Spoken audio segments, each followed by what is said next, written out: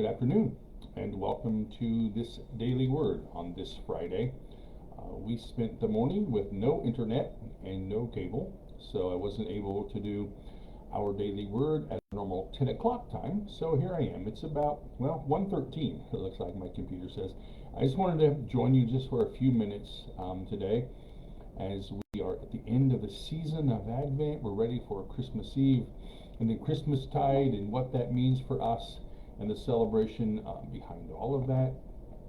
I wanted to remind you of Christmas Eve worship tomorrow night at 7:30 and 11 o'clock. We have great services planned. They'll be a little different, each of them. The first one will have choir, of course. There'll be some additional music. And we're going to end the service with a fun song called Rise Up Shepherd, and that will hopefully send you out full of joy for the celebration of Christmas. And then the second service, no choir, but we'll do a little bit different. And we're actually going to hear a song called "A Baby Changes Everything," and it's just some powerful words in that song by Faith Hill.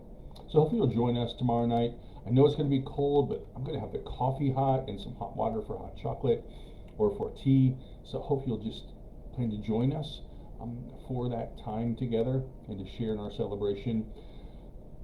Hopefully you're all keeping warm today. It is bitterly cold. I know I haven't been outside, but I can tell that it's bitterly cold out there. So I wanted to just remind you of all of that, and also remind you that today is the last daily word until January 3rd, which is Tuesday. So I hope you'll join me again beginning on Tuesday, January 3rd, as I take a little bit of a break. We're not going to have in-person worship this Sunday, the 25th, or next Sunday, the 1st.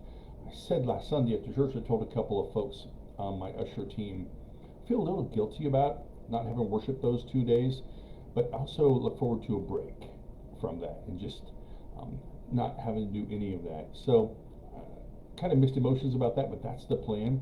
And we'll gather again in-person worship on January the 8th. So I've chosen a couple things for today. So first, from Isaiah 9, I'm going to use this in the first service tomorrow. Two different sermons that I'm planning for tomorrow night. In the first service, it's going to be part of this text from Isaiah 9. The people who walked in darkness have seen a great light. Those who lived in the land of oppression, on them hope has shined. You have multiplied the nation. You have increased its joy. And from the Gospel of John, chapter 1, verse 14. This is a little bit adapted, but it says this in the adapted nature. The Word becomes flesh and dwells among us. So for this entire season of Advent, we've been going through weekly the lighting of our candles, hope, peace, joy, and love. We talked about it on Wednesday night. We tried to go just a little bit deeper in this conversation about what it means for us and these words and how they shape our lives. And, for me, there's nothing better than the Christmas Eve celebration and lighting of the candles and the reminder of what that means and that we dispel darkness.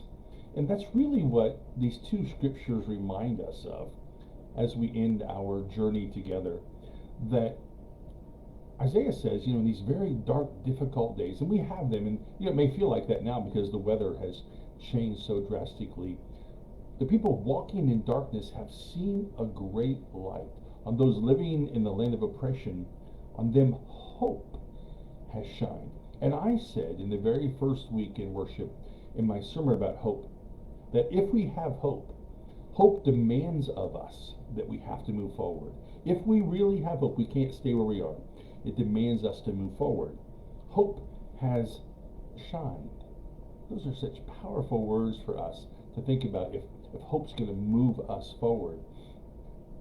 The Word becomes flesh and dwells among us. The way that that's adapted reminds us that this Word is for us, is for you and me today, now, here. It dwells among us. It becomes flesh. Part of the song of Faith Hill that we're going to explore a bit in the second service, a baby changes everything. When that baby becomes flesh and dwells among us. We know it. If you've had kids, a baby changes everything. once you have a baby, you don't just get up and go. You have to plod through all of what it takes to get a baby ready to leave the house. And so for us, in our Advent journey, and now as we arrive at Christmas Eve, I hope we'll be reminded that our darkness, whatever it looks like, is never too much to be overcome by the presence of God. And that it's God who continues to work. It is the God who becomes flesh and dwells among us today, in this moment, in this place, in this time.